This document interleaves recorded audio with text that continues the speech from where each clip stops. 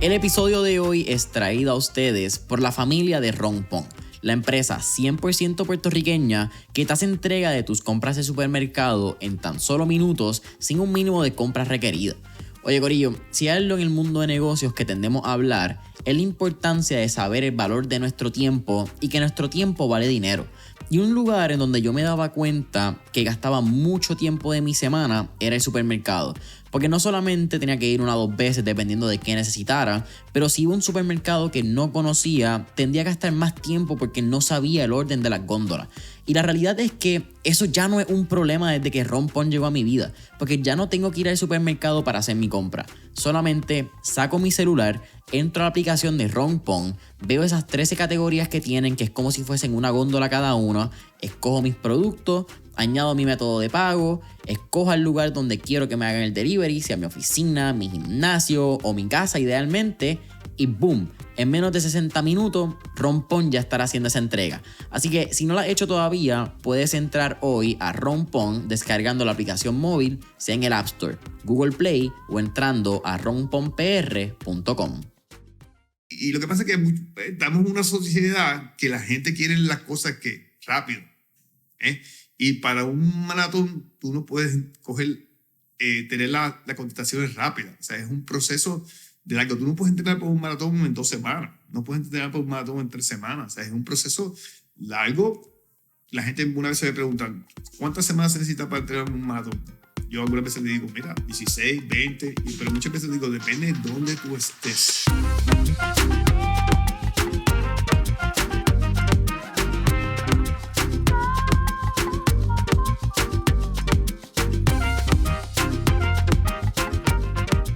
¿Qué es la que hay, familia? Mi nombre es Jason Ramos y bienvenidos a Mentores en Línea, un podcast donde hablamos con los empresarios e influencers responsables por las marcas más destacadas, para que así conozcas quiénes son tus mentores en línea.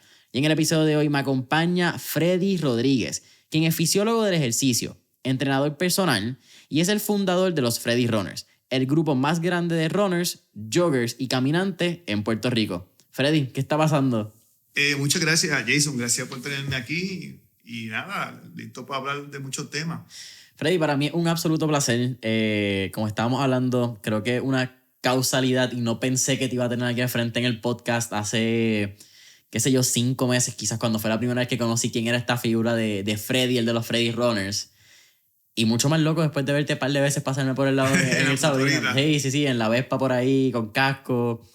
Y si hay algo que me recuerdo, Freddy, mano, tuvo que haber sido quizás en la milla 9, en la milla 10, ya estando de día. Y es que cuando yo te veo, atrás o al lado, al frente, habían varios de los Freddy Runners. Y tú los ibas motivando en el camino. Y tú como coach hacías un trabajo que a mí me parecía bien interesante, ¿verdad? Desde un punto de vista de afuera.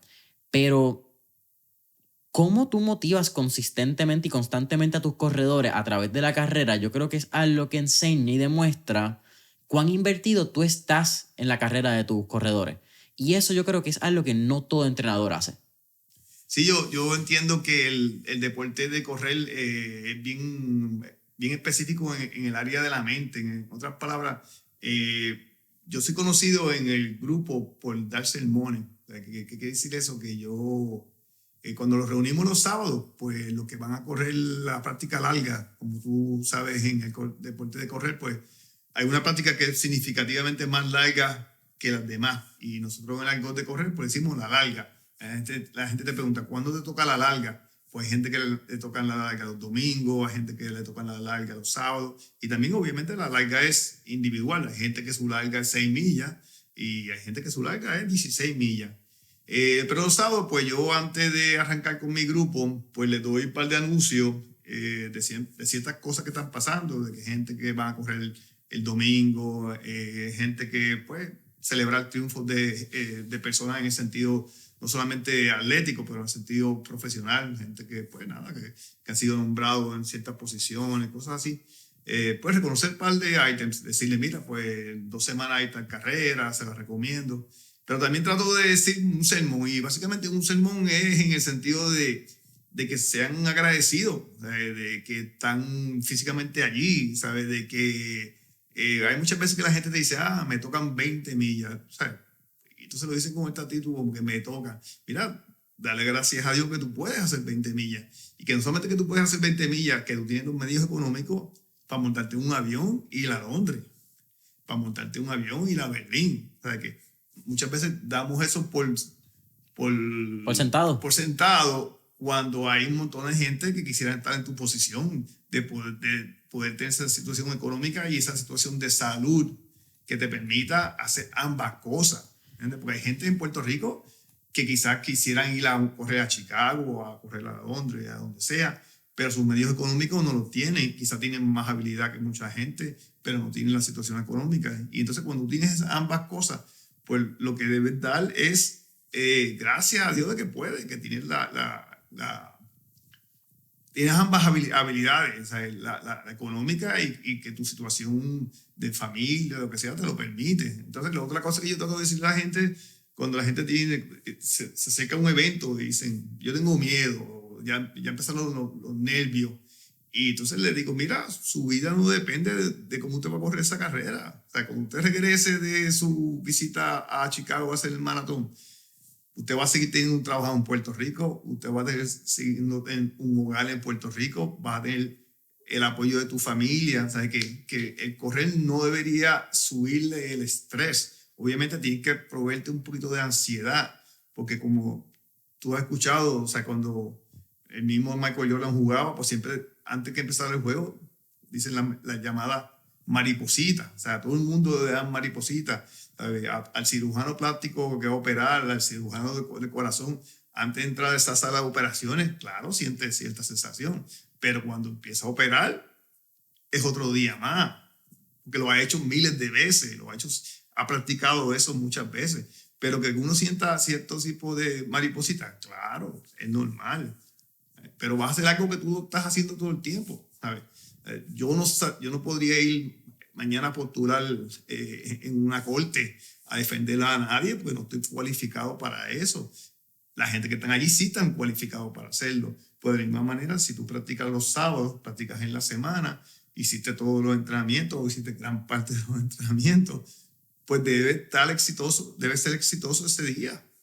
Me parece bien cool que tú menciones el hecho de que tenemos que dar gracias por estar saludable. Y qué lindo que lo menciones, porque aunque yo lo mencioné en el episodio de la reflexión del Sabrina, eso fue parte de mi visualización de camino al evento.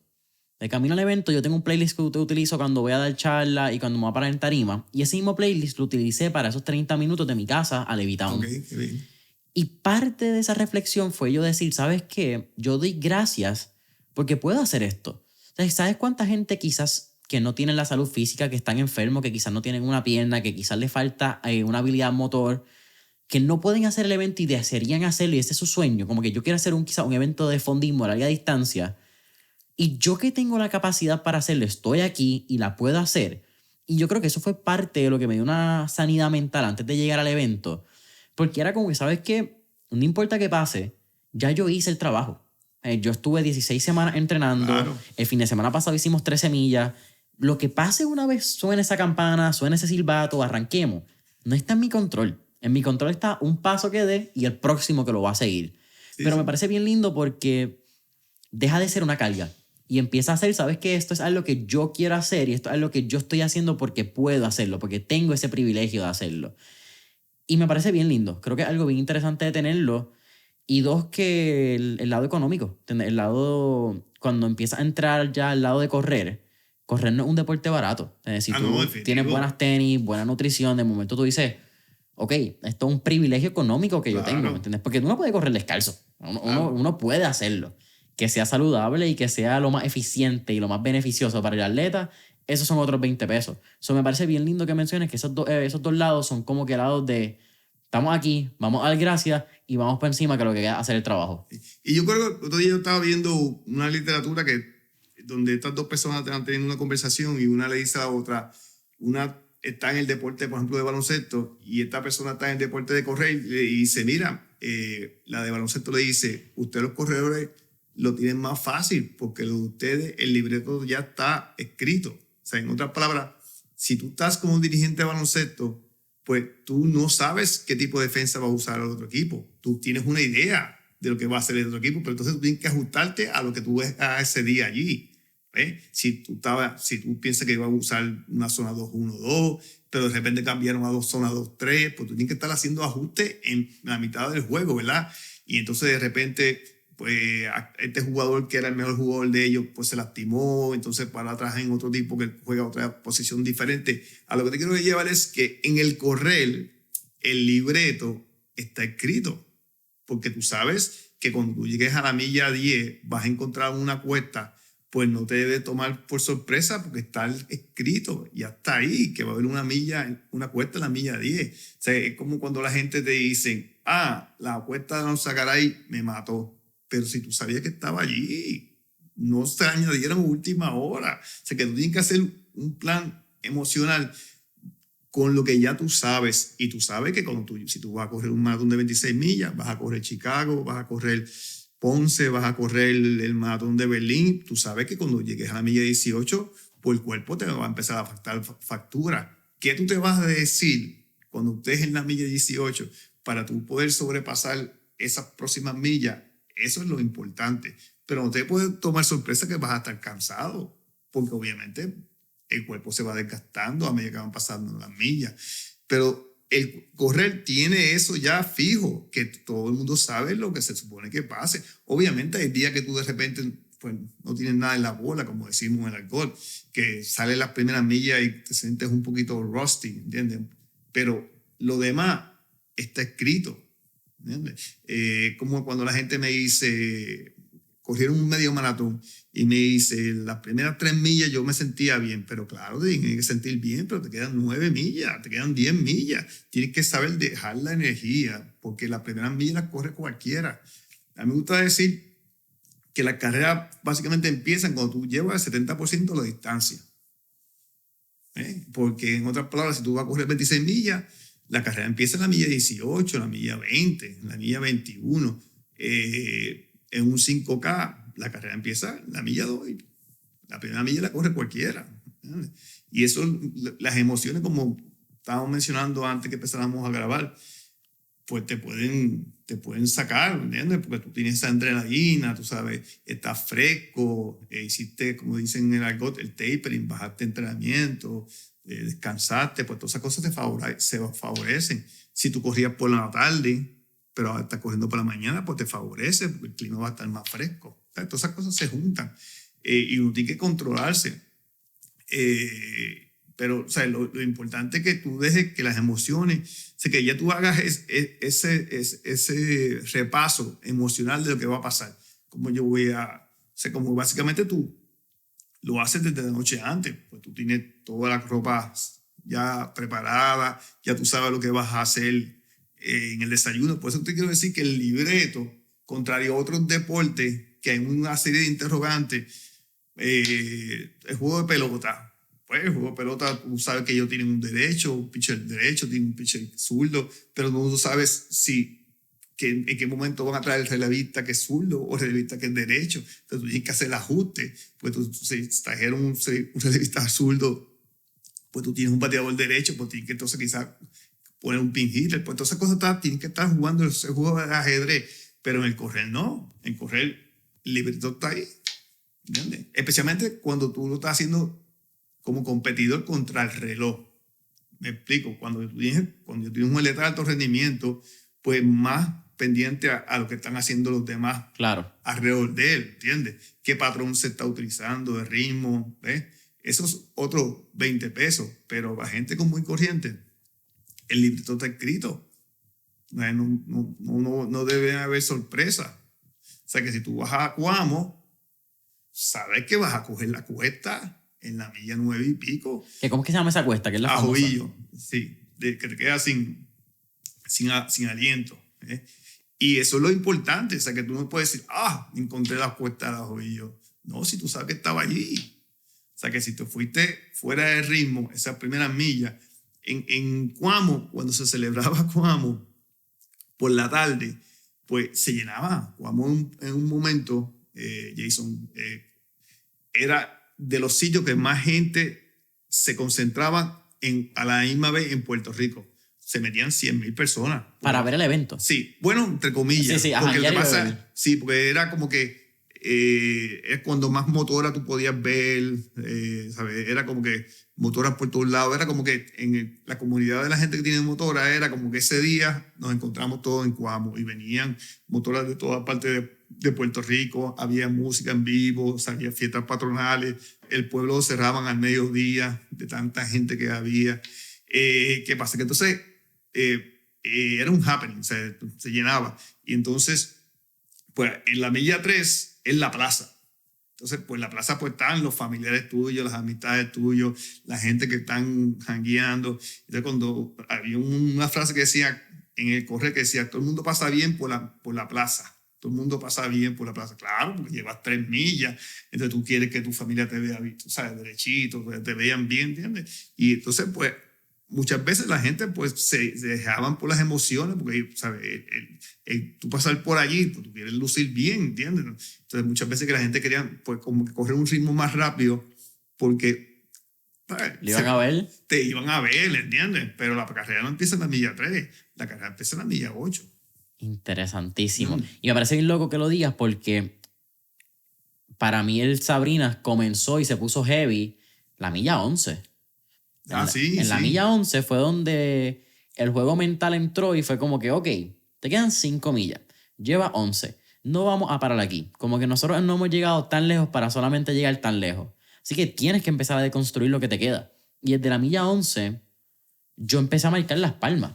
Mi carrera no era una carrera de 5 millas, era una palma. Check, ok, ¿cuál es la próxima? Dale, vamos a llegar al árbol. Llegamos al árbol, pasamos.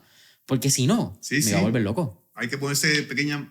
Y fíjate, volviendo al tema de uno estar agradecido con las cosas que uno... Pues, el libro, ¿cómo se dice?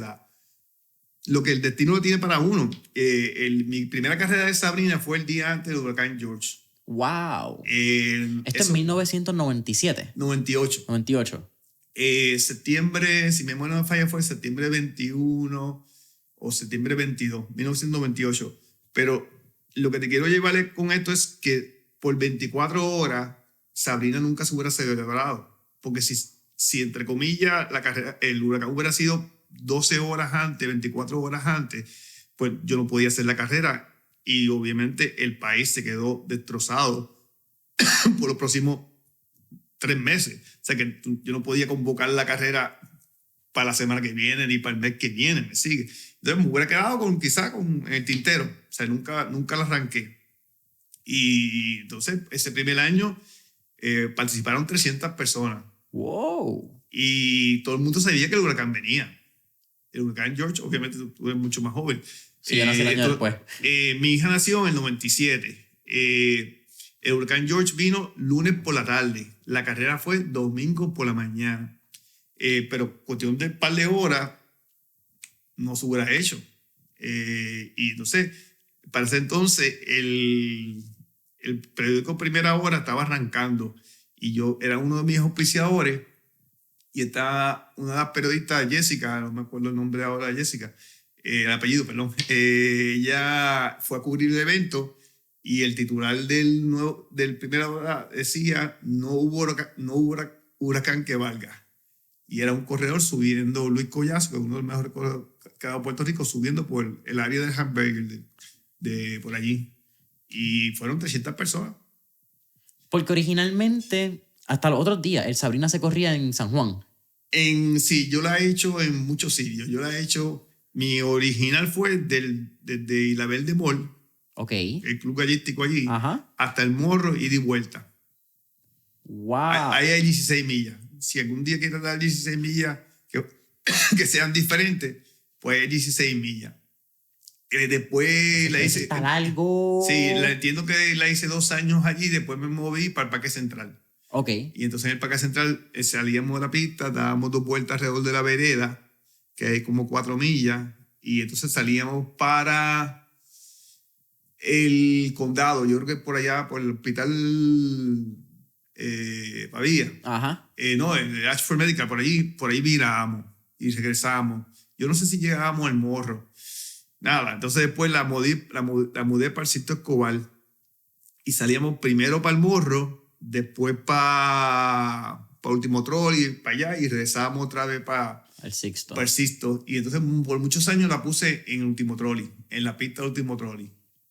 Salíamos para el Morro, pasábamos por el último trolley y llegamos hasta el redondel del Club Gallístico Villaverde y otra vez al último trolley. Y entonces ya, como tú sabes, pues la mudé para la 165 y pienso estar por allá varios años. Mano, esa ruta de la 165 a mí me gustó mucho. Porque yo no tenía la más mínima idea de dónde yo estaba. Ajá. Yo sabía dónde estaba Palo Seco. Yo sabía dónde estaba el Burger King de la entrada de Balneario. Claro, Punta Salida. Entre esos dos, bueno, y sabía la esquina. Sabía la esquina de el Caracol. Sí. Pero esa esquina lo sabía porque mi primer evento fue en junio, que fue el 5K de Stefano Steenbacher. Y entonces ese evento corre desde el agroturístico hasta la esquina del Caracol. Ajá. Son más o menos, yo tenía como que punto de llegada, punto de como que dónde más o menos el viraje. Pero la realidad es que en el camino tú no sabes dónde estás. En el camino tú estás a las 5 de la mañana, a plena oscuridad, pasando por un puentecito, por la playa, ves una escultura. Pienso que la ruta de condado es un poco más técnica a nivel mental. Porque tú sabes dónde estás, tú sabes la distancia que te queda, la has recorrido, como que tú puedes decir... Sí, como la práctica. Sí. Sí, estás más familiarizado. No, y entonces la situación que teníamos era que salíamos de la pista último trolley, íbamos para allá, primero para el Morro, cuando regresábamos por Casalta, por ahí hay 10 millas, pero entonces tenías que ir hasta el redondel del Club Gallístico Villaverde para entonces virar para atrás. Entonces mucha gente decía, wow, mentalmente cuando uno tiene la pista ahí, y entonces, pero nada más, o sea, como uno escucha a la gente, pero también uno tiene que, o sea, como que decirle, mira, por ejemplo, un año arrancamos de último trolley para Isla Verde primero, ¿verdad? Para Club Gallístico Isla Verde y virábamos otra vez. ¿Qué pasa? Que entonces, cuando llegas la Gonzagaray tienes 11 millas, 12 millas. Antes tú llegabas en la milla 5. O sea que, pues, yo escuchando a la gente, complaciendo a la gente, y yo decía, mira, yo te entiendo, pero mira lo que pasa si salgo primero para Isla Verde. Tienes toda la parte difícil la tienes con más millas en las piernas.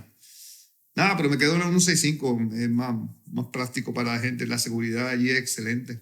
La pista está chulísima. Sí, la pista está bien, el alcalde nos atiende muy, muy bien, Olvin allí en Recreación y Deporte, que es la persona que está a cargo, el trato allí es súper, súper bueno.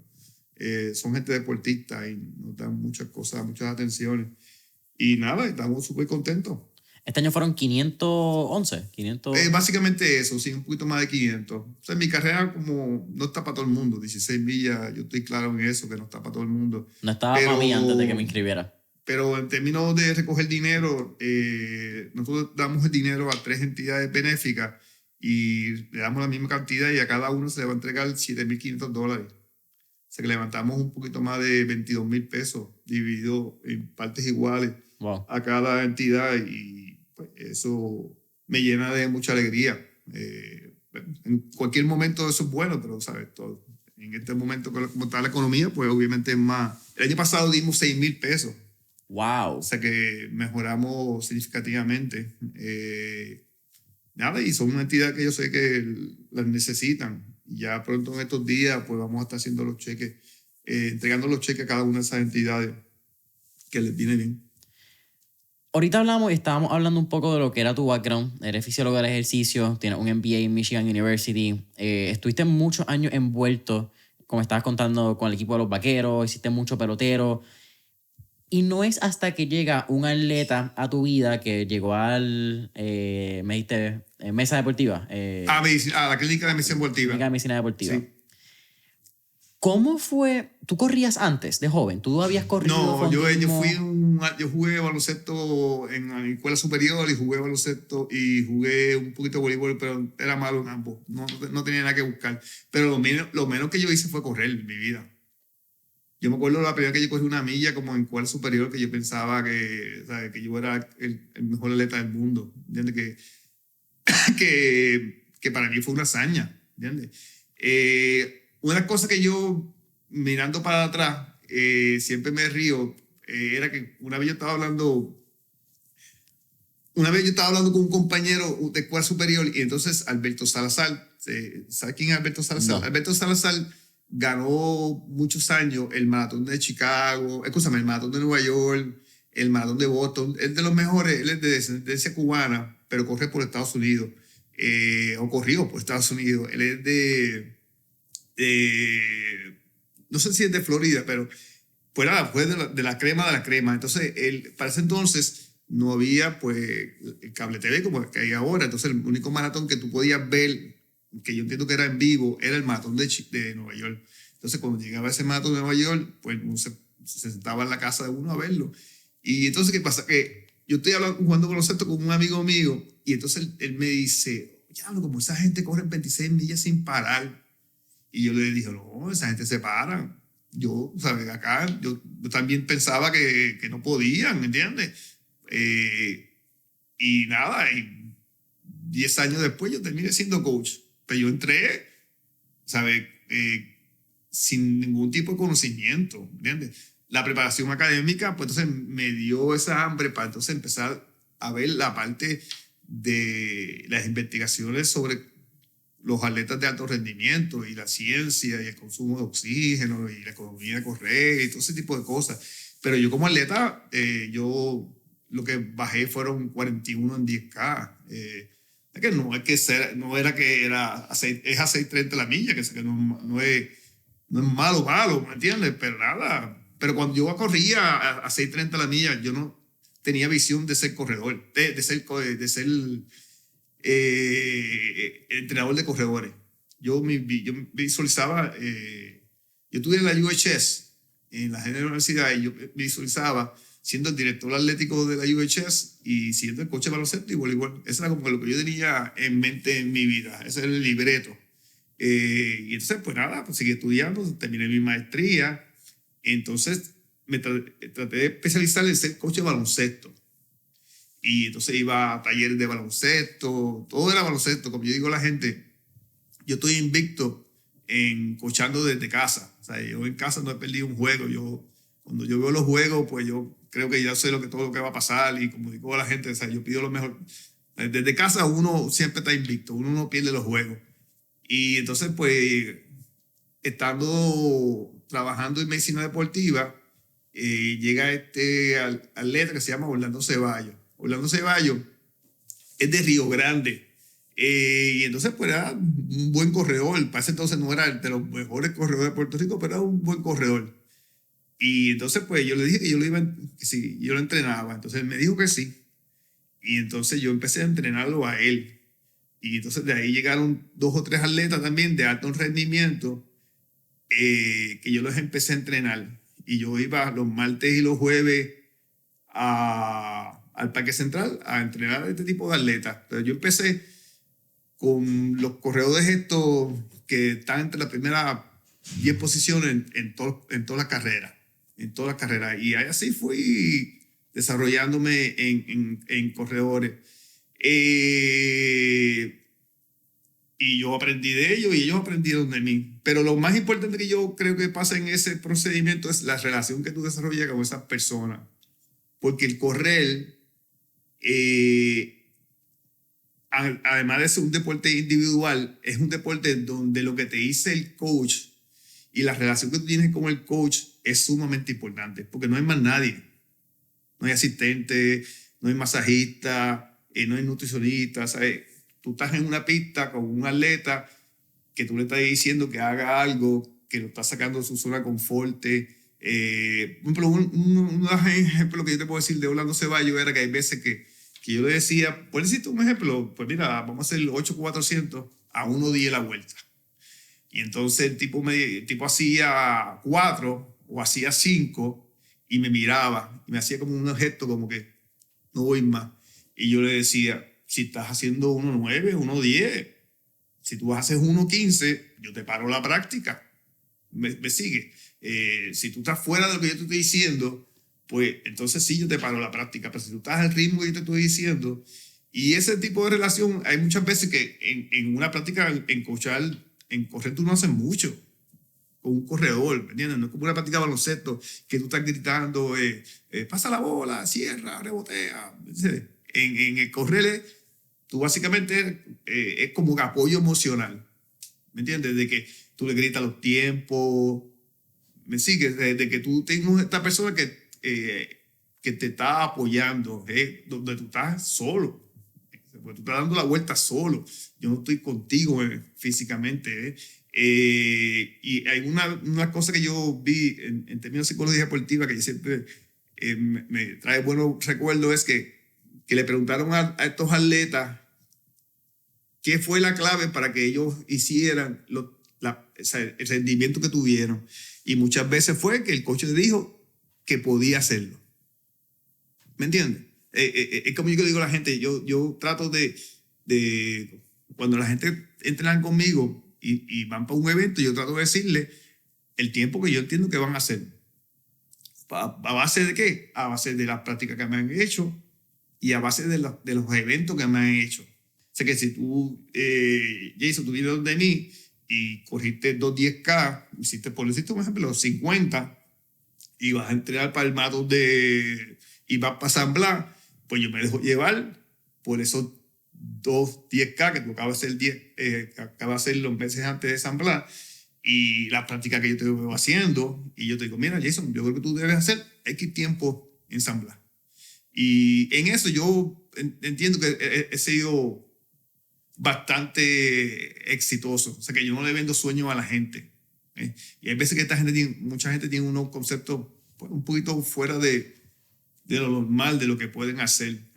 Y entonces, como el muchacho que te acabo de decir, que era mi correo que se llama Orlando Ceballos, muchas veces íbamos a estas carreras y yo le decía, mira, esto que vas a hacer, vas a salir a este ritmo, la primera milla, Y entonces yo le decía, vélate a Jason, que ganó la carrera el domingo pasado. O sea, Jason está corriendo bien. O entonces yo le podía decir, no le haga caso a Jason. Si Jason se va al frente, déjalo ir. Y ese tipo de cosas, ese tipo de estrategia. Y es a base de la experiencia que uno va. Pero como yo digo a la gente, si tú mides 5 pies, yo te voy a decir que tú mides 5 pies. Yo no te voy a vender sueños que la gente te dice que tú mides 6 pies. Y en eso a mí me gusta ser bien específico. Ahora mismo yo tengo gente que van para las Lolas, que yo le estoy dando un plan de carrera de las Lolas, específico para las Lolas. Vas a hacer así, y quédate tranquilo en el 5K, porque si te bajas el 5K con la adrenalina, el primer evento, estás fresquecito, vas a volar el canto en la milla 9 del 21K. Sí, porque ahí es donde pasa factura el cuerpo. Es correcto. Acabas de mencionar el lado de mentalidad. Como coach, ¿cuán importante es sembrar esa semilla de mentalidad de que tú puedes Porque también por eso es bien solitario cuando tú estás corriendo 26 millas, en este caso te voy a hablar de 16, ¿verdad? Pero correr 13 también es bien solitario si estás haciendo una carrera. Es bien diferente tú entrenar 13 millas que quizás puedes ir con un pana, estás con alguien, estás con música, a las 16, 26 millas de un evento. ¿Cómo tú instalas ese chip de tú puedes a tus corredores? Porque yo acabas de mencionarlo, quizás ese es uno de los trabajos más importantes del coach, pero uno de los trabajos que quizás no se piensa que el coach tiene que hacer. La gente piensa que el coach hay que tener el plan físico, pero el plan mental que hace un coach y cómo te lo desarrolla es igual de importante. Claro. Lo que pasa es que, por ejemplo, el periodo de entrenar para un maratón es un periodo de altas y bajas. Hay un momento donde los atletas ya me odian a mí. Están cansados de mí, están cansados de escucharme, están cansados de escucharme decir, este sábado a las 4 de la mañana salimos del último troll y le toca 18 millas. Eso es normal. Ese proceso yo lo entiendo. Tienes la acumulación de muchas semanas de entrenamiento. Por eso es bien importante que la gente entienda que tienes esos altas y bajas. Hay muchas veces que la gente tiene dudas. Hay veces que una persona tiene un maratón en noviembre y en agosto me pregunta, ¿tú crees que yo lo puedo hacer? Y mi contestación es, ¿tú sabes qué? Hoy no lo puedes hacer. Hoy, en agosto no puedes hacer el maratón, pero el maratón no es en agosto, el maratón es en noviembre. Y lo que pasa es que estamos en una sociedad que la gente quiere las cosas que rápido.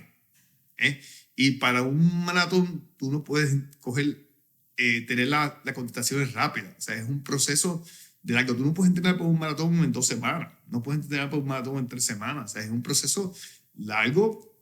La gente una vez se me pregunta, ¿cuántas semanas se necesita para entrenar un maratón? Yo algunas veces le digo, mira, 16, 20, pero muchas veces digo, depende de dónde tú estés. Eso es lo que yo creo que es lo que es más importante. Si tú estás mirando Netflix con las piernas para arriba y lo más grande que tú has hecho el último mes es levantarte a buscar el carro, a buscar el periódico, pues es un poquito más difícil. No imposible, pero si ya tú estás activo, estás dando 20 millas a la semana, pues quizás 14 semanas lo puedes hacer, 20 semanas lo puedes hacer, o sea, depende de donde tú estás. Ya me gusta hacer los entrenamientos a base de 20 semanas, donde yo asumo que tú vas a fallar por lo menos 2 semanas, porque te fuiste de viaje con la familia, porque hay un fin de semana largo. Si tú me das 16, 18 semanas, yo no tengo problema, en la mayoría de los casos. Pero también te quiero aclarar, te quiero también hacer la salvedad que es bien individual. Yo tengo gente que dan 20 millas, pero yo tengo gente que yo no lo paso 16 millas.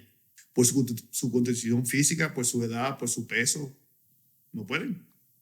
Porque estarían haciendo 5 horas y pico de entrenamiento un sábado y no van a poder recuperar, los vas a dejar demasiado machacado y no vamos a tener mucha ganancia.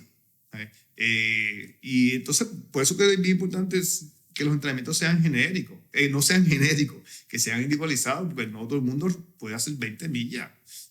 Yo tengo gente que después de Sabrina, yo le di varios días libres, pero yo tengo gente que después de Sabrina, el martes fueron a hacer repeticiones. Yo cogí una semana sin correr. Por eso, de nuevo, y tú eres una persona joven, y estás en buen peso. Pero por eso que no se pueden hacer los entrenamientos genéricos. O sea, por eso que muchas veces la gente me dice, yo estaba entrenando con una aplicación de tal. Y bueno, pues esa aplicación no sabe que tú vives ¿cómo se llama? En Coamo. Y no saben que tú vives en Naranjito, que cuando tú cojas para la izquierda tienes cuesta y cuando cojas para la derecha tienes cuesta. O sea, no es lo mismo tú vivir en Coamo y en Naranjito que entrenar en Bayamón, que entrenar en Cataño, que entrenar en el Condado, que entrenar en Puerto Rico, donde tienes que coger humedad y calor todo el tiempo. Y por eso que pues, yo trato de hacer los entrenamientos individualizados, o los hago individualizados y los hago semanal. Porque eso de los otros fallos que tienen muchas de estas aplicaciones o estos programas que tú compras en internet, que te dan 8 semanas adelantado. Y nadie tiene ese libreto de la vida tan estructurado que tú puedas garantizar que tú vas a tener 8 semanas de entrenamiento perfecto. ¿Me sigue lo que te quiero decir? Sí, hay semanas que quizás vas a hacer las 20, hay semanas que quizás te lastimaste algo y vas a 15. Correcto, y eso tiene situaciones personales. O sea, te enfermaste, se enfermó tu esposa, se enfermó los nenes, tuviste COVID, fuiste para el concierto de aquel. Pues, eso es lo que... Por eso que cuando la gente me dice... ¿cuántas veces tengo que entrenar? Y yo digo, mira, yo no impongo. Yo básicamente lo que digo, usted me dice qué día usted puede entrenar. Porque si yo te digo que son 4 y tú puedes 3, no estamos engañando. Porque o sea, ya empezamos mal. O sea, vamos a hacerlo de un punto de vista que tú, a base de tu estilo de vida, de tus compromisos familiares, de tu compromiso de trabajo, tú puedas. Es como tú tener una persona o sea, a dieta y decirle, lo que tiene que comer es pescado, y el tipo no le gusta el pescado, pues no vamos para ningún lado. Estamos hablando ahora mismo de entrenamiento y qué cool que lo traigamos, porque yo creo que hay unas misconcepciones, malconcepciones, no sé cuál es el término en español, eso es una traducción al garete, ¿verdad? Misconceptions en inglés, de un anglicismo ahí tirado en arroz habichuela. Pero lo que yo me di cuenta, ahora que ya pasó Sabrina, ya pasé el evento, ahora estoy entrando más en cómo lo podemos hacer de manera efectiva, mirando tanto San Blas como el maratón que estábamos hablando de Chicago. Hemos estado viendo algunos de los maratones que hay en Estados Unidos. Pero hay un factor que es el entrenamiento en zona 1 y en zona 2, a nivel aeróbico, a nivel de ritmo del corazón. Y normalmente son tipos de entrenamientos bien tediosos, porque son quizás entrenamientos donde tú vas a un paso bien bajito, no es el paso óptimo de carrera, no es el paso óptimo, ¿verdad?, desde que está viendo afuera, va a un paso trotando. Pero ¿cuáles son los beneficios de entrenar este tipo de zona y entrenar a un ritmo, ¿verdad?, de desarrollando el lado aeróbico más que el anaeróbico? Y también, si quieres entrar en una pregunta antes, ¿cuál es la diferencia entre no sé si el sistema o ¿verdad? El lado aeróbico y el anaeróbico, porque se habla, pero yo creo que no entendemos realmente el beneficio de cada uno. Bueno, lo que pasa es que básicamente la analogía que me gusta decirle a la gente es que la gente quieren un penthouse, ¿verdad? Amoroso, ¿verdad? Pero quieren hacer todos esos pisos antes del penthouse. La gente quiere, pues, salir de la zona de confort, pero, o sea, tú tienes que hacer como yo digo a la gente, muchas veces la gente cuando empieza conmigo, pues yo lo pongo a correr y entonces ellos entienden de que el paso que yo le estoy dando es un paso muy suave. Y entonces yo digo, mira, una cosa es como tú tengas el sistema cardiovascular y otra como tú tengas el sistema muscular. O sea, en otras palabras, tú puedes tener un carro bien potente, pero si tienes las gomas flojas y el chasis flojo y todas esas cosas que no sean el motor, pues vas a tener problemas. Y eso es la zona 1 y la zona 2. Eso es las gomas. Tú quieres que las gomas estén ready. Porque tú puedes, si tú le das a la gasolina, lo puedes trepar a 80 y el carro se va a mover bien a 80. El motor va a funcionar bien, pero está poniendo esa goma en riesgo. Y entonces eventualmente te puedes lastimar. Y eso es lo que yo trato de decirle a la gente. Vamos a hacer la fundación primero de ese edificio. Sí, que vamos a hacerlo de 20 pisos, pero vamos a empezar con la base, no sé la terminología que se usa para los edificios, ¿sabes? Sí, la base. La base es correcto. Si la base es buena, va a aguantar todo lo que venga después. Pero de nuevo, volvemos, no sé si lo tocamos un momento, yo creo que yo lo tocamos, es que la gente quiere soluciones rápidas. O sea, la gente quiere entrenar para ayer, ¿entiendes? Y muchas veces ahí que vienen los problemas de lastimarse. Y entonces, el sistema aeróbico básicamente es el que tú puedes conllevar una conversación, que tú puedes hacer oraciones completas, que tú puedes tener un intercambio de oraciones con una persona. O sea, como yo digo a la gente, si tú vas y no puedes llevar una conversación sola, si tú cantas y no puedes cantar, pues vas a un paso que ya está entonces entrando en el área anaeróbica. Pero es normal también, guarda que una de las cosas que la gente tiene que entender es que ahora mismo tú y yo estamos sentados aquí y por más lento que nosotros empecemos a correr, siempre hay un cambio. Porque ahora tú estás ahora en el metabolismo está en reposo. Pero cuando tú empiezas a correr, el metabolismo se acelera un montón de veces. Entonces, en lo que tú haces un catch-up, en lo que la demanda y la oferta se equiparan, pues entonces probablemente te vas a sentir un poquito fuera de oxígeno, pero no que el paso sea muy fuerte. Lo que pasa es que ha hecho un cambio muy drástico. O sea, por eso que uno debe empezar a paso de tortuga. Una cosa que a mí me pasaba de casualidad con ese muchacho, con el Ceballos, él vive por Río Grande y entonces yo tenía gente que pues algunas se lo veían corriendo por 65 Infantería, por allá por Carolina, por Río Grande y me decía, oye, yo vi a fulano corriendo, ayer iba bien suave, ¿ves? Entonces ellos creen que porque es un motor potente, porque es un atleta de alto rendimiento que corre a 450 a la milla, 10 kilómetros, o sea, 6 millas corridas sin parar, porque cuando tú lo ves al otro día, lo vas a ver a 450 a la milla. No, ¿me entiendes? Él iba suave porque tiene, es como le llaman el entrenamiento de extremo, o sea, polarizado, que tú bajas a los extremos.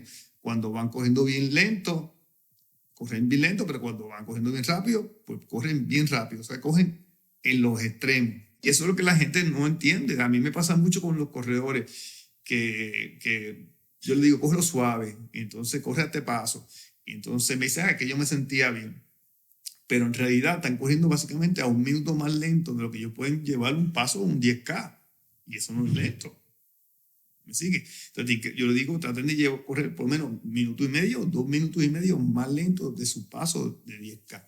Porque hay que tú vas desarrollando muchas cosas fisiológicamente, y tiene este cuerpo mucha base. Por eso que no sé si ahora es que tú eres nuevo en esto, pero muchas de las cosas cuando la gente van a correr con estos periodistas de diferentes partes del mundo que son corredores, van a correr con los kenyanos y una de las cosas que siempre te van a decir es lo lento que ellos empiezan corriendo. Son Ferraris, pero empiezan en zona escolar.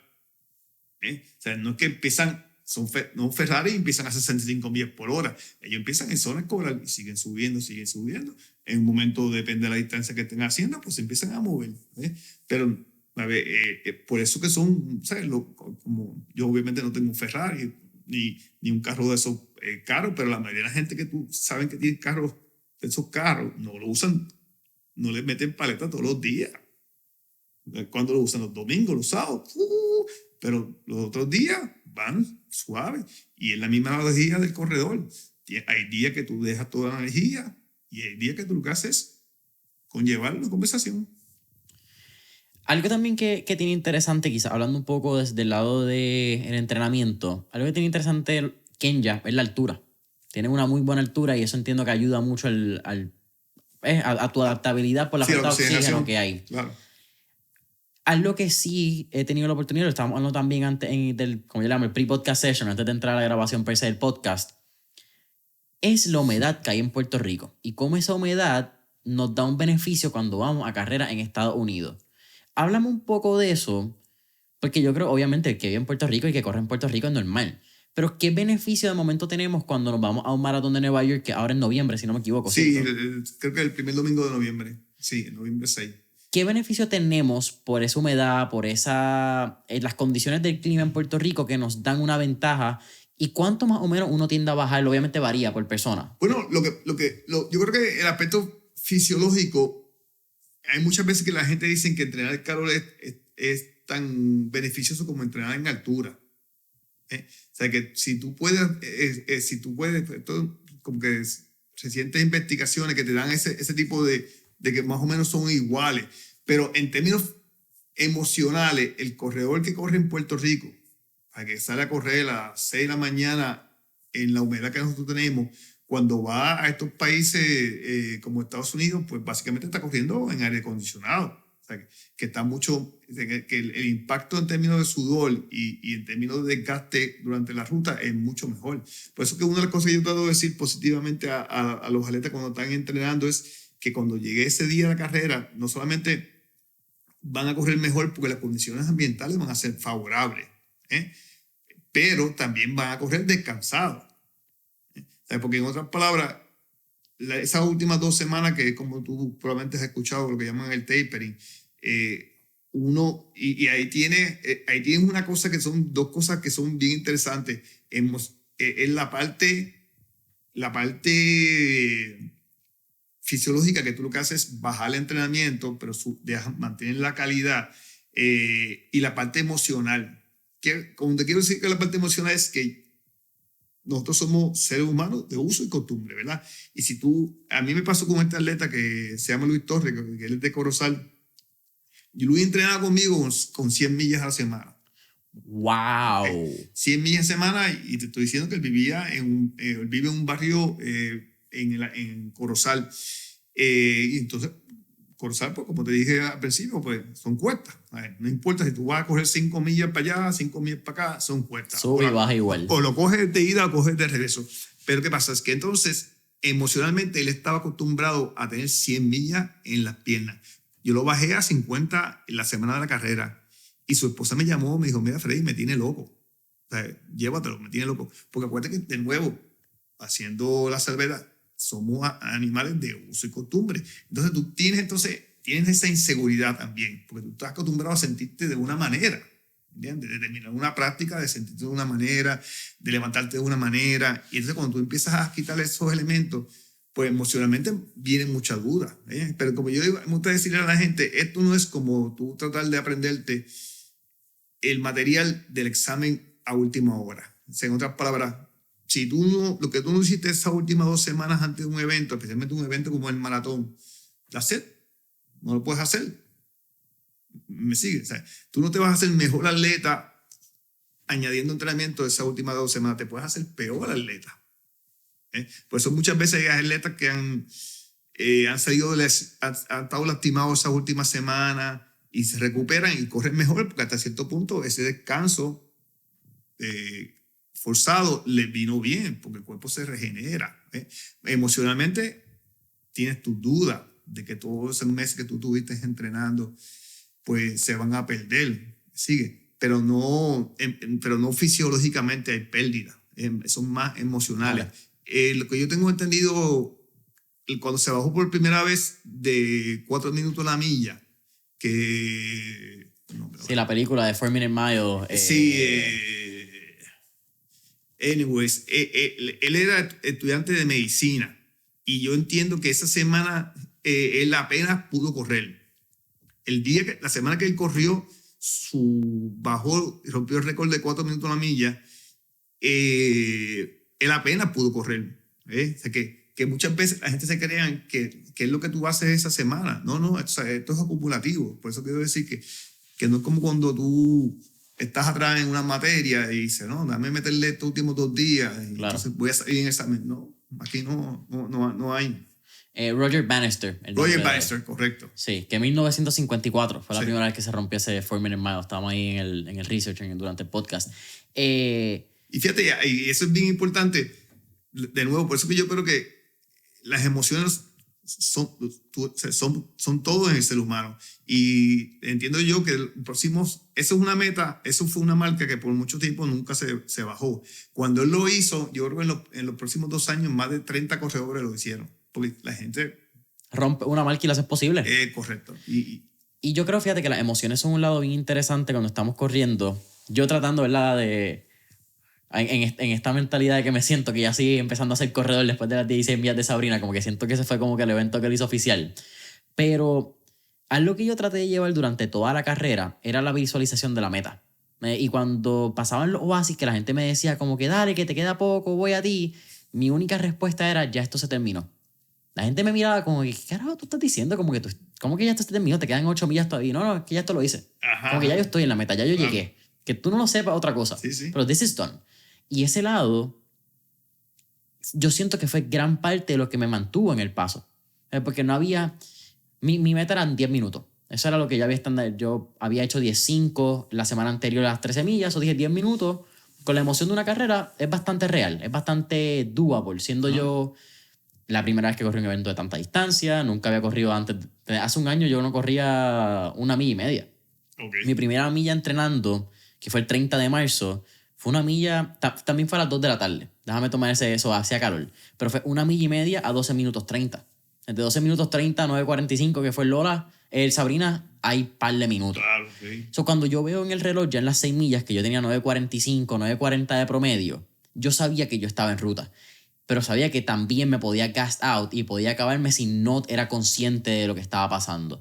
Y yo creo que ese factor de decir como que ya esto está hecho, ya lo logramos, como que esto no hay... Ese factor emocional de keep it together fue bien clave en ese evento. Acabas de mencionar también lo que son las lesiones corriendo. ¿Cuáles has visto que son 2 o 3 lesiones bien comunes que suceden quizás por ese overworkout de las millas en la semana? Yo pienso que la más típica es la shin splint, el famoso shin splint. Porque es básicamente la misma referencia que te mencioné al principio del motor. El shin splint es que mucha gente pues corren una vuelta en la pista del Parque Central, por ejemplo, que son 400 metros, ponle que la hagan en 2.30, que eso es un paso de 10 minutos a la milla. Y entonces se sienten bien de aire. ¿Qué quiere decir? Que como que lo pudieron asimilar, que no se gastaron, que no llegaron y se pusieron las manos en las rodillas y se doblaron y estaban cortos de aire, pero muscularmente están sobrepeso, hace tiempo que no corrían, quizás no tienen las mejores tenis, y entonces ahí ellos vienen y dicen, pero yo me siento bien de arriba. Sí, te sientes bien de arriba, pero como te dije el ejemplo del carro, las gomas no son las más buenas, no llenaste mucho el aire, las gomas. Entonces ese cuerpo muscularmente tiene tendones, ligamentos y músculos que estaban en el olvido. Porque genéticamente o fisiológicamente esa persona parece que está bien y tiene ese beneficio que puede asimilar esa práctica de aire, pero muscularmente no está ready. Y entonces eso es lo que es más importante, la gente no entiende. Que entonces te dice, yo me siento bien. Sí, te sientes bien, pero no estás adaptado muscularmente en ninguna de esas regiones, y ahí entonces ¿qué vienen? Entonces, ¿qué pasa? Como me gusta decirle a la gente, son básicamente 1.500 a 2.000 pasos por cada milla. Entonces, cuando tú haces algo 2.000 veces, y si lo hiciste 2 millas son 4.000 veces, pues entonces cada pisada tú triplicas tu peso, pues todas esas cosas se juntan. Y ahí entonces que vienen las lesiones, pero básicamente casi siempre el shin splint, y desgraciadamente, como yo le digo a la gente, el shin splint, si no se coge a tiempo, termina en una fractura de estrés. Y entonces es mejor guardarnos, empezar poco a poco, hacer un ajuste, y entonces ahí eventualmente va cayendo. De ahí básicamente pasa a la rodilla. Okay. Pero, ¿sabes? El correr puede ser para mucha gente, pero lo más importante es dónde tú lo haces y la variabilidad. Por eso que no sé si tú has visto muchas veces que la gente corre en las pistas, corren a favor del reloj y también corren en contra del reloj. ¿Por qué tú corres en contra del reloj? Porque es de la misma analogía que porque tú le rotas las gomas a los carros. Porque si tú siempre, las gomas se quedan de la misma manera, hay unas gomas que se van a gastar más que otras. Porque cuando tú sales de tu casa siempre vas a coger la misma curva para el mismo lado. Y esas gomas que están para ese lado se van a gastar más que las otras. Y entonces, por ejemplo, cuando yo estudiaba en Estados Unidos, en la pista que yo corría, eran 8 vueltas, 1 milla. O sea que si tú vas a dar 3 millas, son 24 vueltas. Entonces, cada vez que, o sea, estas pistas, Jason, de 200 metros, que básicamente tú das 2 vueltas, das 3 pasos y estás cogiendo una curva. 4 pasos y estás cogiendo una curva. Entonces, lo que hacían en Estados Unidos era, en mi universidad era, lunes, miércoles y viernes corría a favor del reloj, y martes y jueves corría en contra del reloj, de la manecilla del reloj. Y entonces, en las pistas, no está escrito, pero mucha gente tienen esa manera que calientan. Por ejemplo, los míos casi siempre calientan en contra de cómo van a correr las repeticiones o el trabajo que vayan a hacer en las pistas. ¡Wow! Súper interesante. Sí, es así. Porque si tú vas a estar dando 5 millas para un lado, por lo menos esa milla de calentamiento y esa milla de enfriamiento las das para el otro lado. Wow. Y yo me acuerdo hace tiempo, cuando yo trabajaba en medicina deportiva, que yo atendí a una muchacha y le di esa sugerencia. Y la muchacha como en 2 semanas me llamó, me dijo, mira, esa sugerencia que me dice, porque ella sé, todas las vueltas que ella daba, las daba para el mismo lado. Y recuerda que la acción de correr es bien repetitiva, aproximadamente 1.500 a 2.000 pasos. Entonces, si tú tienes una pequeña lesión, como tú pisas 2.000 veces, por lo que entre comillas era pequeño, al hacerlo tan repetitivo, si es 3 millas son 6.000 pisadas. Claro. ¿Entiendes? Y entonces ahí se va. Pero una cosa también me gusta decirle a la gente que cambien la ruta. Porque si tú siempre corres para el mismo lado, ¿sabes? Sea, el ejemplo de la pista ya lo cubrimos, pero trata de, aunque sea si es práctico, o sea, que te montes en el carro y vayas a otro sitio y de ahí te bajes. Porque si haces siempre la misma ruta en la urbanización, pues estás expuesto a una lesión por la acción repetitiva. Porque siempre vas a pisar igual. Claro. Siempre vas a pisar igual. Aunque el paso varía un poquito, pero siempre vas a pisar igual. Siempre vas a coger la cuesta subiendo de tal manera y la bajada la vas a coger de tal manera. Y esas cosas son las que hacen las lesiones. Las lesiones. Wow. Por eso los sábados a mí me gusta por lo menos variar la ruta. Algunas veces nosotros vamos a Jome, algunas veces vamos a La Marquesa, en Guaynabo, algunas veces corremos Último Trolley. La Marquesa es a fuego, la Marquesa es empinado de verdad. Es empinado. Correcto. Esa es de verdad Sí. que la ha corrido. Y eso es y nada, y otra de las cosas que también me gusta decirle a la gente, especialmente cuando ya tienen 30 o 35 años o más, que traten de incorporar una rutina de ejercicio de pesa. No necesariamente de pesa, pero con su propio peso. Porque el correr te toca el lower body. Y tienes ese pounding, aunque tú estés en buen peso, son 3 veces a 4 veces el peso tuyo por pisada. Y de nuevo, si pisas 2.000 veces por cada milla, pues se suma. Si el impacto es consistente y se acumula bien rápido. Correcto. Ahorita hablaste de lo que es la semana de taper, que me parece bien interesante porque es algo que la gente no piensa. Tú tienes que ir bajando la cantidad de millas cuando va a llegar a eso para que llegues fresco. Pero ¿cómo tú miras desde un punto de vista de coach?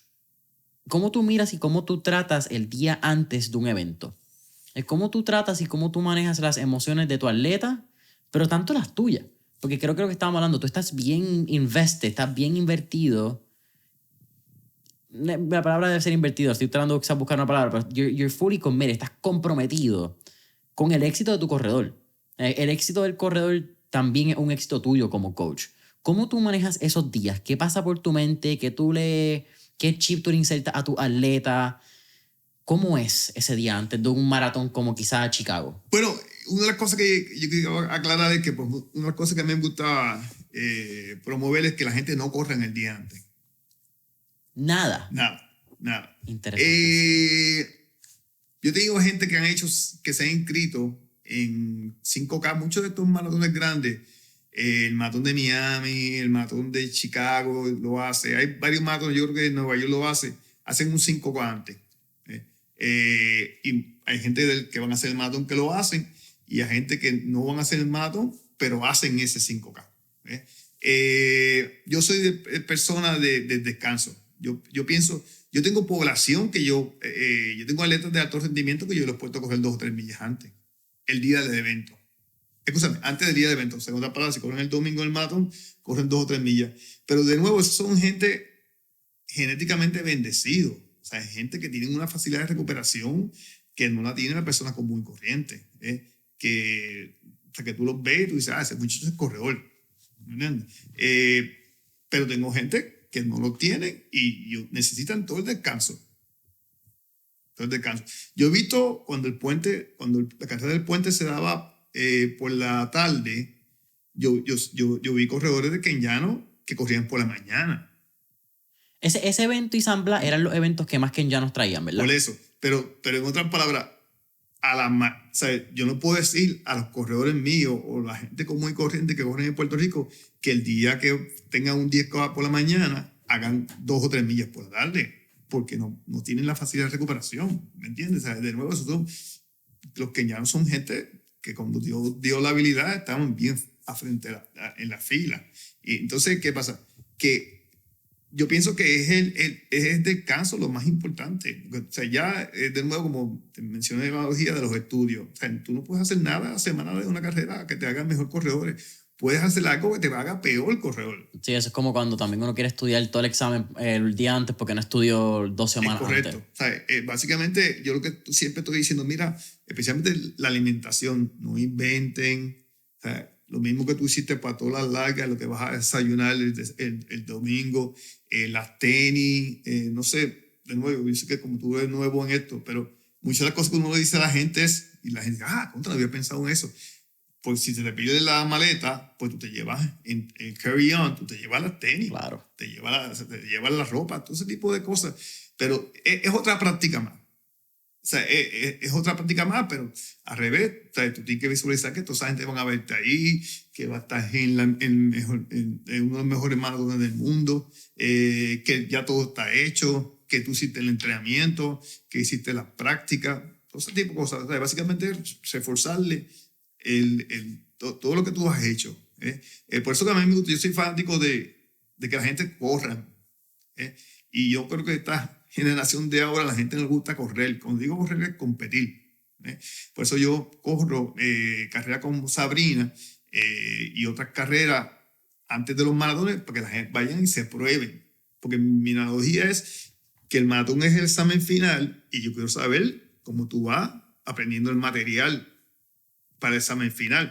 Yo no quiero, entonces, ¿qué pasa? Y eso es una cosa que tiene bien importante en las carreras, que tú empiezas a bregar con las emociones. Tú tienes el día antes de Sabrina, ya, tengo una carrera mañana, estás nerviosito, qué desayuno, qué como, o sea, estás pensando en la carrera. Entonces, si tú no has corrido por 4 o 5 meses, todas esas emociones las tienes, tu reacción la tienes al palo esa semana, porque no has hecho ninguna de tus tareas antes. Entonces, si tú has corrido un par de carreras, tú dices, no, yo corrí bien en Sabrina, yo corrí bien el 10K de Cataño, yo hice la práctica de 18 millas la hice, sea el evento, pero uno tiene que probarse, ¿entiendes? Entonces, ahí tú sales de la zona de confort, ¿ah? Sale de prueba, ¿entiendes? Tú dices, mira, estos tenis me salieron bien, lo que desayuné era bueno. Si vas a hacer esas pruebas, ese trial and error, correcto. Lo que funciona. Por ejemplo, una cosa que yo, que no, por ejemplo, los oasis, no sé cómo tú haces para tomar agua cuando tú practicas por ahí, pero yo a mi grupo le digo, mira, tú no puedes dar una conferencia de prensa en el oasis, tú tienes que coger el agua y seguir, porque cuando tú vas al maratón de aquel y el maratón de allá, tú no te vas a parar, bueno, tú bajas la velocidad, tú coges el agua, los Gatorade y después sigue. Hay gente que caminan en los oasis, pues arrancan, pero no te paras. Sí, no para hablar, no para... Correcto, claro. ¿Sabes? Y entonces, porque tienes que practicar lo que tú vas a hacer allá. Y las carreras son la mejor manera de tú practicar qué va a pasar el día del evento. Sí, eso de los oasis fue algo bien interesante porque yo nunca había corrido el evento. Yo hice un 5K. Un 5K es bien diferente a un 16 millas. Claro, la cantidad de oasis es demasiado. Como que de cómo sale, la velocidad, todo cambia. Pero fue bien challenging manejar los oasis en el Sabrina.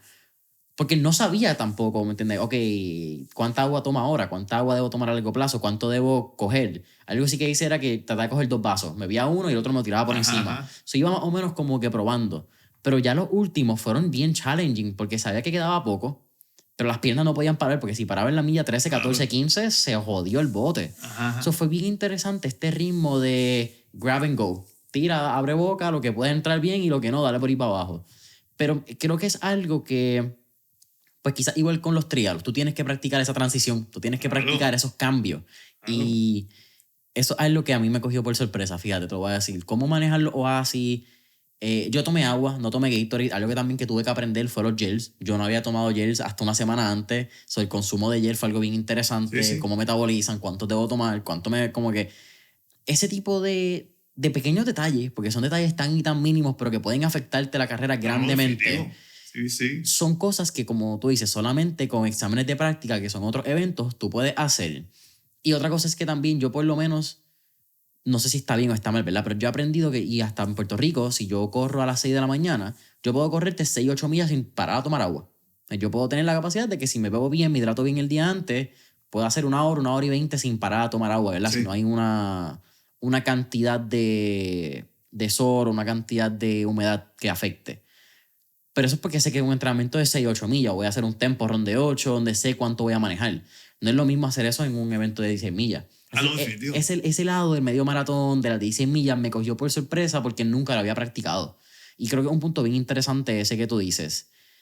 Mira los atletas kenianos, los atletas de alto rendimiento cuando pasan por los oasis a las millas.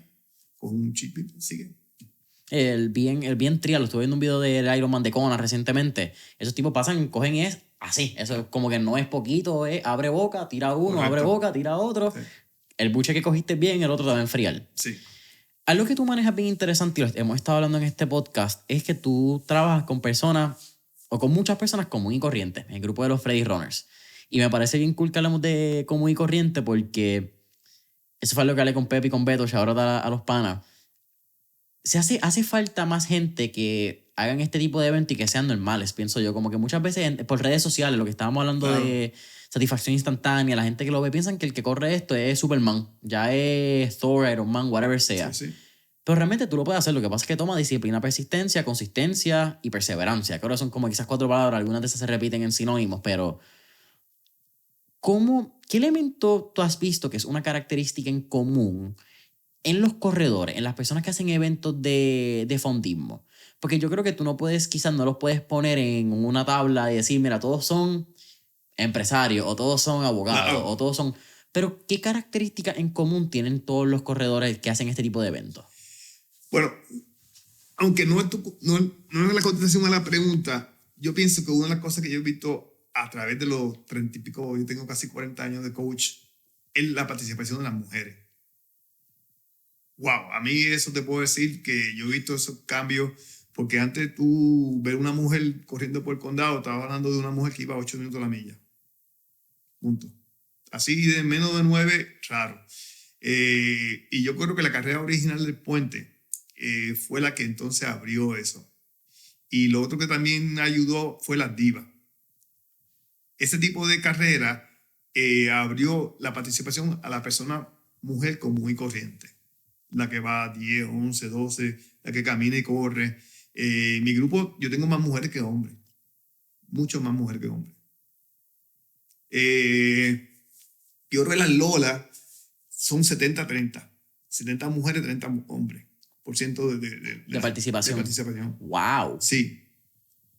Y yo creo, y yo me quito el sombrero ante ella, porque la típica mujer que está por lo menos conmigo, un sábado sale de correr conmigo para cambiarse, para desayunar, para entonces llevar a los nenes al ballet, al voleibol, a hacer las 500 cosas que se hacen a esas edades que los nenes tienen de 2 a 12 años, ¿sabes? Y sigue, o sea, ellos cumplen con su tiempo, sacan esas millas ese sábado por la mañana, llegan allí, corren y después siguen. Pero es gente común y corriente, mucha gente común y corriente, gente que, pues, que lo están buscando como terapia, que también están más conscientes de su salud ahora por lo de la pandemia, que obviamente tiene un beneficio, el tú estar en shape cuando tienes pues, ciertas condiciones médicas, además de prevenirle, además de darle calidad de vida, en el sentido de que mucha de esta gente pues, tuvieron un cierto tiempo que no estaban trabajando desde la casa, no salían de la casa y ahora socializan y salen. Sí, el sedentarismo también es una pandemia que no hablamos, pero correcto. Que la mayoría de las enfermedades suceden también por un estilo de vida sedentario. Pero lo que yo pienso que, por ejemplo, en mi caso, ayuda es que la gente ven que son gente muy corriente. Yo tengo gente que ganan chavo en la categoría, en la carrera, pero a la misma vez, esa persona que gana chavo, que corre a 7 minutos la milla, un 10K, pues comparte e interactúa con gente que corren 3 minutos más lento cada milla.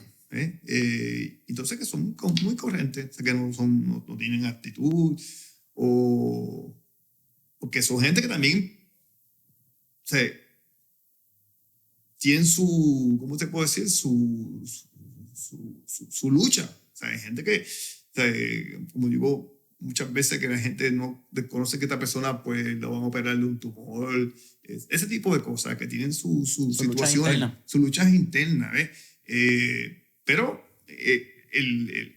¿sabe? ¿Cómo te puedo decir? LeBron James hubiera sido mal fondista. Punto. Hubiera sido mal fondista. Kevin Durant hubiera sido malísimo fondista. Maratonista, corredor de 1500. ¿Ves? O sea que genéticamente están en el deporte que van a ser más sobresalientes. Y de la misma manera hay corredores, hay gente que corren, o sea, en otras palabras, Jason, el corredor que te hace, no sé, un número fácil, 30 en 10K, eso es a 5 minutos, a 4.50 la milla, se acuesta a dormir 3 meses y se levanta y te hace 36, 38, sin problema. ¿Qué tú crees que va a hacer 50? ¿Por qué no? ¿Entiendes? Tienen ya ese motor. ¿O para qué? Le va a costar las piernas cuando vuelva a correr, claro. ¿entiendes? Pero el motor está ahí. El motor está ahí. Y ese motor tú no lo tienes y no lo tengo yo. Por más entrenamiento que tengas. O sea, más o menos tú mejoras 20% de tu habilidad natural. De ahí no vas a mejorar mucho más. Y yo he tenido casos. Yo tuve una corredora que se llama Yolanda Mercado. Yolanda Mercado llegó a donde mí a los 32 años. Se crió con una abuela que no promovía la participación de las nenas en ejercicio. Y entonces ella empezó a correr porque su marido trabajaba los domingos en la televisión, no tenía que hacer. Y entonces, pues nada, la verdad de la historia es que ella empezó a hacer, su primer maratón fue 3 horas 30 minutos.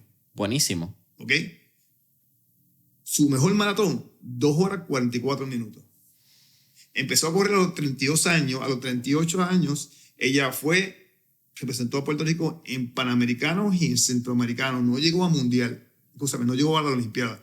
Hizo Centroamericano y Panamericano en 6 años. Wow. En 6 años. Empezó a correr a los 32 años. Y de nuevo, acuérdate que tú tienes, con muchas cosas en la vida, tienes los haters. Cuando empezó a correr bien, la gente me decía, pero tiene 33 años. Entonces mi contestación era, tiene 33 años, pero no está corriendo desde los 20. Claro. Está corriendo desde los 32. O sea que esas piernas están frescas. El impacto que tiene. Correcto. No es como estas muchachas que estuvieron corriendo 18 años en la LAI, y después entonces se graduaron. No, ella empezó con los 32 años. Y entonces nosotros, ella de 3 horas 30 bajó a 43. Ella tuvo el récord de Puerto Rico en el maratón. Wow. Pero yo sé que tienen que haber otras más como ellas allí, afuera en la calle. ¿Entiendes? Lo que pasa es que es un entrenamiento fuerte, es un entrenamiento de altas y bajas, es un entrenamiento... yo discutía con ella discutía conmigo. O sea, que yo... ¿Sabes? Que en el correr yo te voy a poner a hacer cosas que tú probablemente no quieres hacer. Parte de la vida. Correcto, ¿entiendes? Entonces, yo creo que yo sé lo mejor para ti.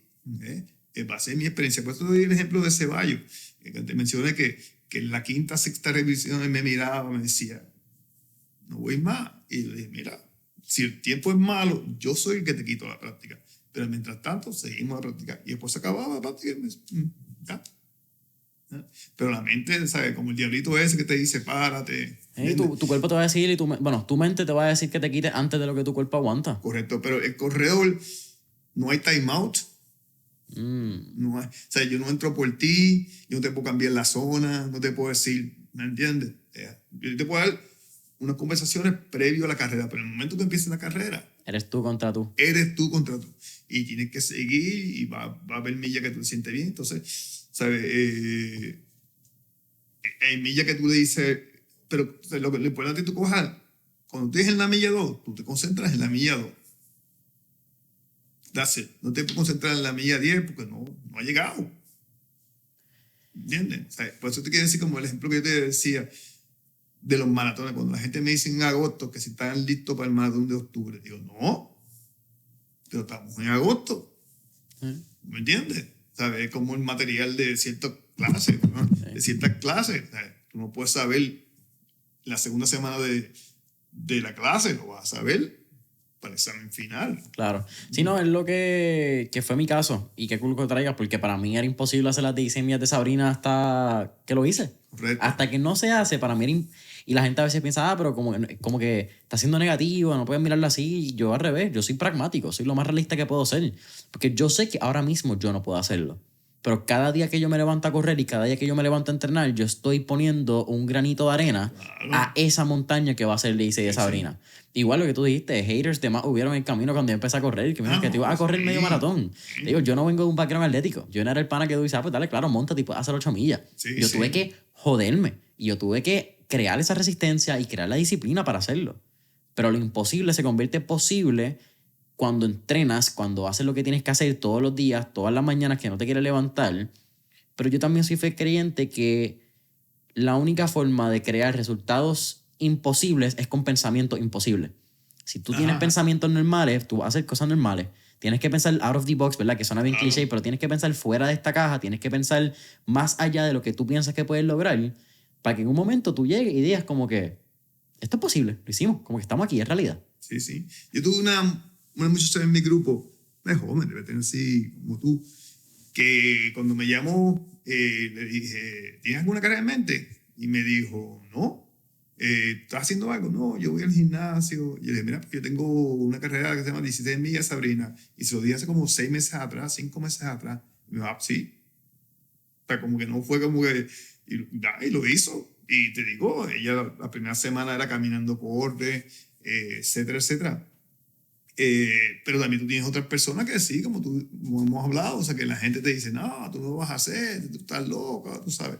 Pero muchas veces son, ¿cómo se dice? Coaches de silla. Como el boxeo, todo el mundo dice que ya coger, baja, te esquiva, como que, pero nadie lo hace. Coaches de silla. Yo cuando empecé como coach, no gané quizá, ¿cómo se puede? No gané mucho respeto porque no era ex corredor.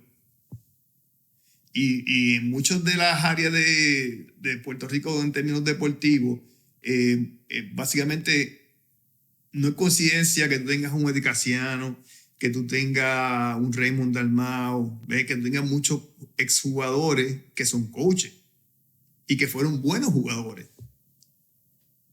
¿Me sigue? Yo en mi caso, yo fui un corredor malísimo. O sea, no te quiero decir, ¿sabes? Nadie va veniendo donde mí porque yo corría bien. Claro. No, nadie vino. Pero muchos coaches de correr tienen esa ventaja. Bueno, esa ventaja o tienen ese factor a favor de ellos, que en el sentido que mucha gente va donde ellos porque son buenos corredores. Y cada uno con su manera de pensar, pero no tiene que ver una cosa con la otra. Yo no sé si tú sabes que ahora está en Hulu, tienen un documental de 10 episodios, creo que, de los Lakers. Ok, no. Y si puede, trata de verlo. Y el último que se fue de Magic Johnson. Está la parte de cuando Magic Johnson coachó. No sé, tú sabías que Magic Johnson fue coach de los Lakers. Y le fue malísimo. Porque él pensaba, como tan bueno que él fue como jugador, pensaba que tú también tenías que jugar como él pensaba, claro, como él jugaba. No podía ponerse en la posición de que Jason no es Magic Johnson. Claro. ¿Entiendes? Que no puedes exigirle lo que tú te exiges a ti. Y entonces él dice, terminó malísimo y cuando lo entrevistaron dijo, no, no vuelvo más. ¿Entiendes? Y entonces lo hizo pues, a complacer al dueño del equipo, que tiene una relación bien buena con él. Pero y Michael Jordan dice que nunca podría ser coach. Freddy, para mí es un absoluto placer tenerte. Al final del podcast siempre hacemos 4 preguntas de fuego, así que vamos por encima.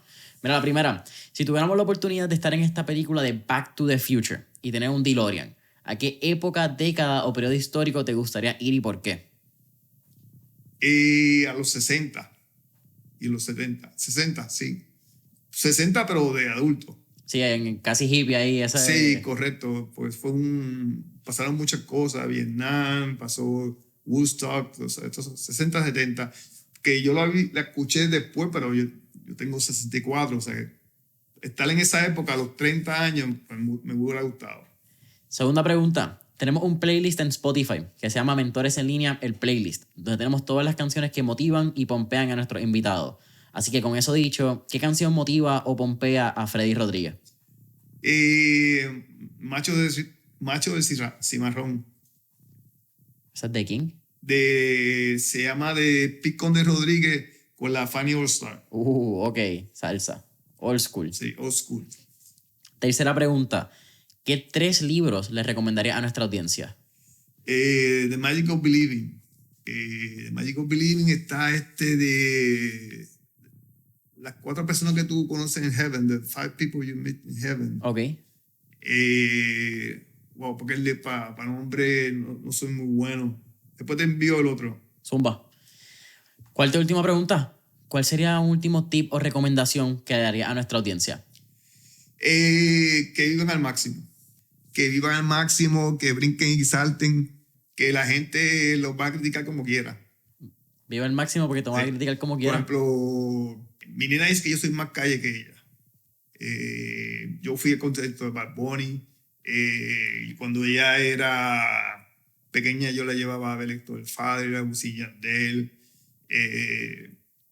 Yo estoy en esta... Ser vivo como... La gente me dice, tú no paras la pata. Yo trato de no parar la pata. Mi esposa está retirada, tú sabes que así que pues podemos brincar, saltar. Y yo, muchas veces la gente piensa que, no sé, que cuando tú dices brincar, saltar, yo apenas bebo. O sea, que yo bebo un mojito y hacer una copa de sangría. Pero trato todos los fines de semana salir por ahí. Boom. Así que en ese sentido...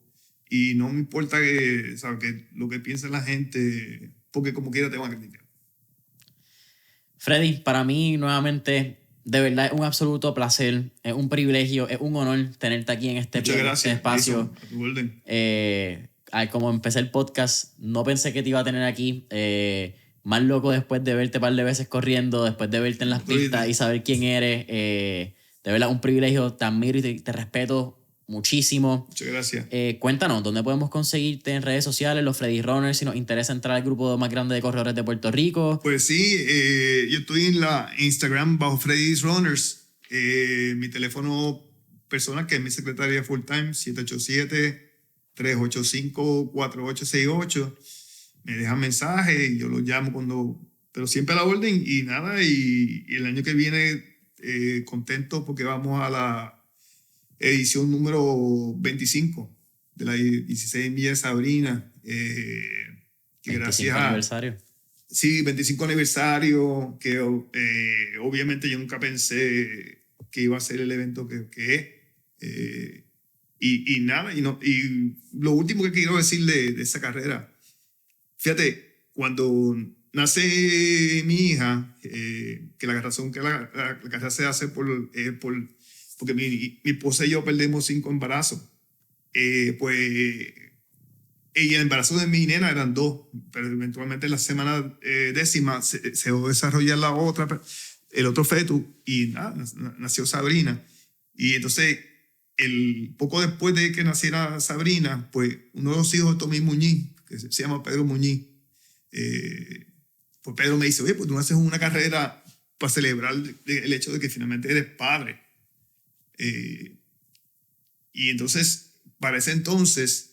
Jason, lo que había eran 5K, no, escúchame, habían 10K en las fiestas patronales de Puerto Rico.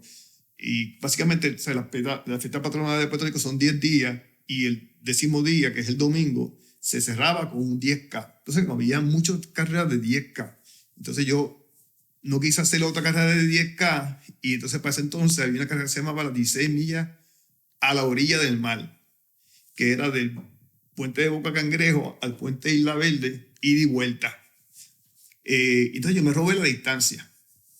Te lo digo porque muchas veces la gente dice, ¿qué pasó? Que perdieron 16 embarazos. No fueron 16 embarazos, fueron 5.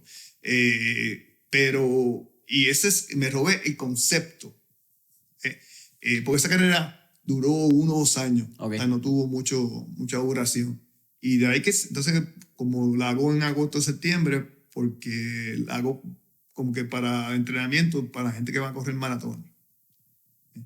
Y nada, y de nuevo, estamos bien contentos, son 25 años, 24 años, y esperamos, pues, hasta que Dios nos dé salud, pues seguir por ahí para abajo.